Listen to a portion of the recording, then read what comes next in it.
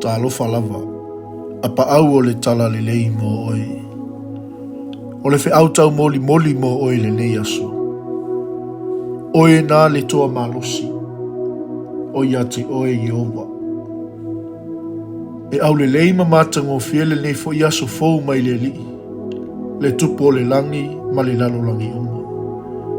Vi ia lona suafa mamana, o 𝐁𝐮𝐫𝐞𝐿. E iai ni taimi wa e langona ai le wala aua le li mo oi se mea te alu e whai, ai o loo ia te oe le anganga o le whewhe ma le pala ai. Whausa ngai ma le taitai o le malo, se taitai o le kālesia. Whatuina o se kālesia po se mawhtanga, a wale whaalau teleina o le malo le atua. Ia po o lo walu fo ia te tala noa i stangata i te le malama te le iai. Pe te le masani ai foi. E fia whaamanatu ia te oe tala i tama leo ki tiona. E avea malosi i lau lotu. I so staimi e wala waile li ia te oe. Mo se ngā luenga e fia whai. Ai o so whai oe le anganga o le whiwhi.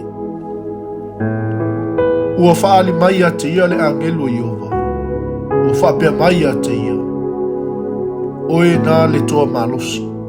O ia te oe Ieova. Tusa pele ai se mea o ia te oe. Pele lava fo'i le tūlanga o le aonga. Ai maise o tamau ainga. O le taimi lava e sauno ai le tupu po o kovana o le mano. Alu loa, aua le toi whewhe pe pala ai. Alu ma le lotu tele i so se tiu tele ne yasu. O lo o ia te oe le angelo Ieova. Aua le whewhe, aua le masalusalu. A ia taula i pea lauwa ai le kovana o le mano. O nganga pa ia lea.